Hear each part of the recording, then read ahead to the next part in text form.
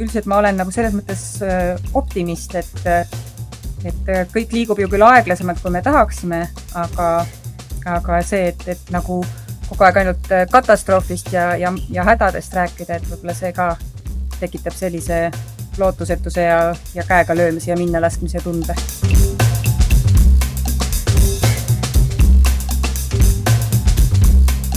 36% ma saan aru imetajatest maailmas on inimesed.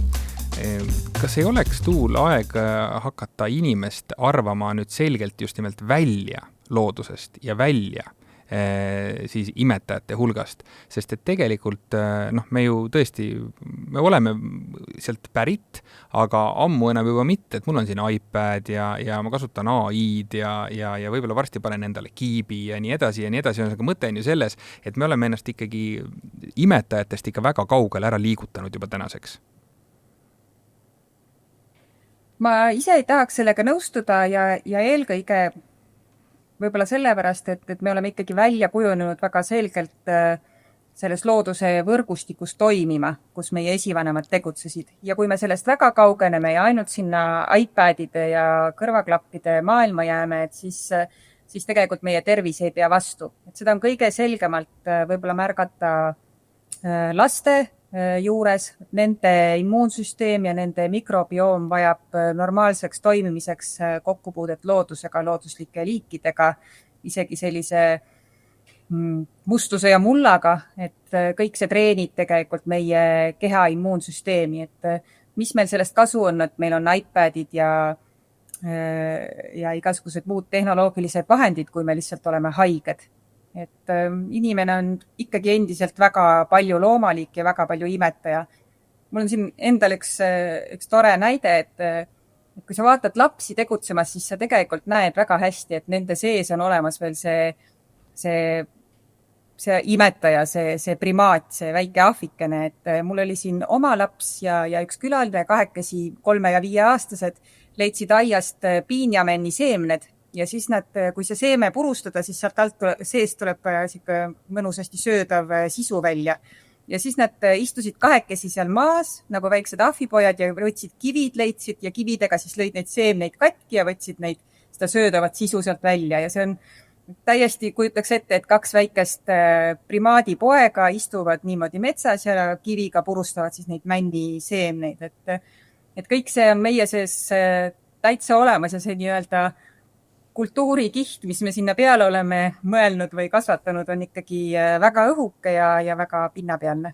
Samas me elame kauem kui kunagi varem. Ja selle taga on kahtlemata meie nii-öelda tsivilisatsiooni saavutused, et me oleme saanud nakkushaigused kontrolli alla tänu siis paremale hügieenile, vaktsineerimisele, teadussaavutustele.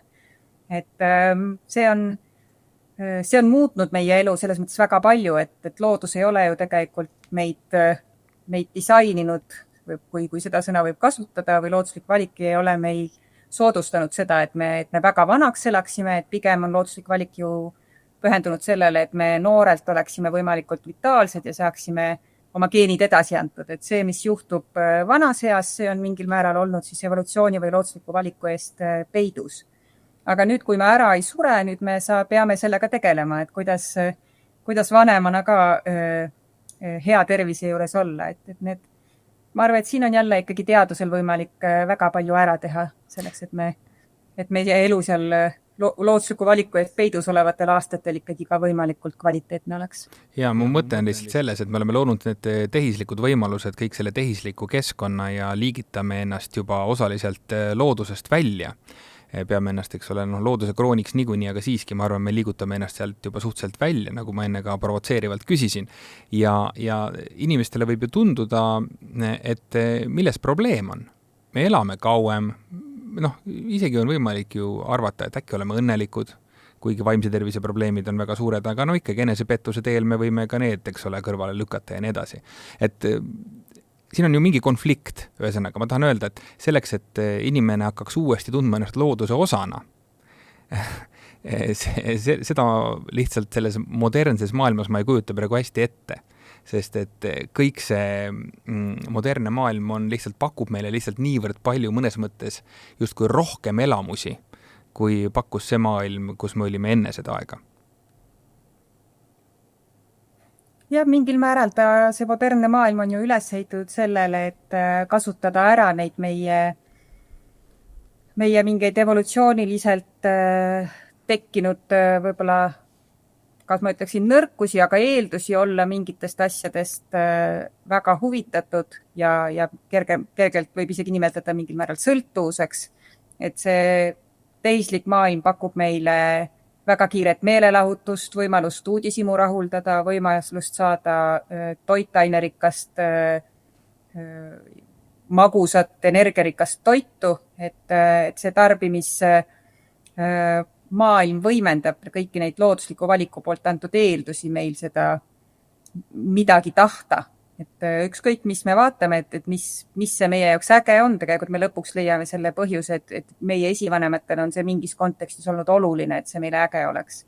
Aga tihtipeale ju, nagu sa välja ka tõid, need vaimse tervise probleemid on tegelikult üsna palju võib-olla süvenenud või levivad üha laiemini, mis näitab, et tegelikult see looduslikust taustast või maailmast kaugenemine ei ole tegelikult rahulolu endaga kaasa toonud. Ma siinkohal ei tahaks ka minna seda teed, et ütelda, et inimesed lähevad järjest õnnetumaks, sest ma kujutan ette, et ikkagi kui 100 aastat tagasi sul ei olnud piisavalt süüa oma perele ja sinu 10 lapsest 8 surid nakkushaiguste tõttu, siis vaevalt sa väga õnnelik selles maailmas olid. Aga meil on praegu suurepärane võimalus panna kokku kogu see rahulolu, mis me saame sellisest loodusega paremas kooskõlas elamisest ja siis sellest inimühiskonna saavutusest mitte jääda haigeks ja surra noores eas, siis võib-olla oleks meil võimalik lahendada ka see konflikt, kus kohas me elame küll kaua ja meil on kõik olemas, aga me ikkagi oleme õnnetud. Ja, no sellepärast ka tundub, et me ei ole justkui nagu tavalised loomad. Sest et see sama asi, et kõik on justkui väga hästi, aga me ikka oleme õnnetud või eestlased ei ole üldse mingisugused tavalised loomad, sest et me oleme ikkagi pigem väga edukad olnud ja praegu oleme muretsemise maailma meistrid, eks ole. Jah, ei, võimalik ju, et evolutsioonilises mõttes see muretsemine ja ärevus ja rahutus ongi ju see, mis kõige kiiremini arenema paneb või midagi uut ja paremat otsima.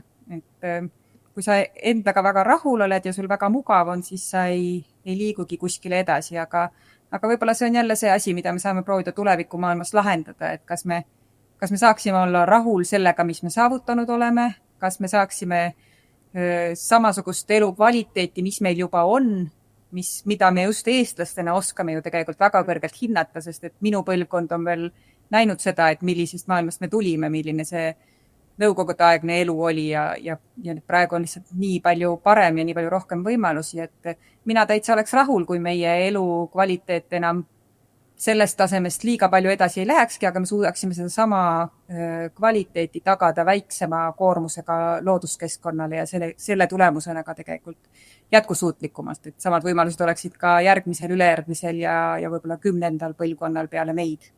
See on see tasaareng, jah? Jah, see on küll, ma olen selle mõistega tuttav, aga ma ei ole sellesse teemasse liiga palju sisse läinud, kuid sisuliselt jah, see ilmselt läheb selle sama kontseptsiooni alla. Ja, aga oletame, et tasaarengut nüüd ei tule ja areng jätkub maailmas umbes nii, nagu ta on senini toimunud ja me näeme ka siin neid geopoliitilisi tõmbetuuli ja umbes aimame, kes kuhu, mis tekki tahab kellegi pealt ära tõmmata.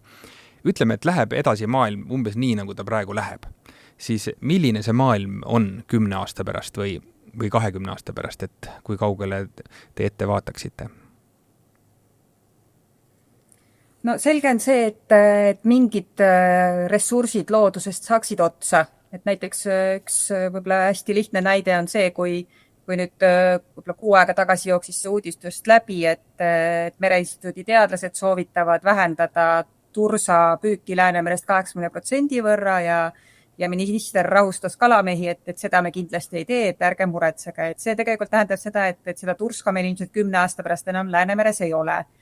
Ja niimoodi liikudes edasi, siis vähehaaval meil ammenduvad ka igasugused teised ressursid, mida me oleme loodusest harjunud saama. Et meil saavad võib-olla mingi hetk otsa võimalused metsast puitu saada, kui me jätkusuutmatult metsasid majandame, meil saavad otsa võimalused merest kala püüda, meil saavad otsa võimalused näiteks leida loodusest näiteks jahisaaki, et need kõik asjad on üks hetk jätkusuutmatu majandamise korral ammenduvad ressursid. Aga ma usun tegelikult, et need kokkulepped võiksid ju tulla ja pidada, et üldiselt ma olen nagu selles mõttes optimist, et kõik liigub ju küll aeglasemalt, kui me tahaksime, aga see, et nagu kogu aeg ainult katastroofist ja hädadest rääkida, et võib-olla see ka tekitab sellise lootusetuse ja käega löömise ja minnalaskmise tunde.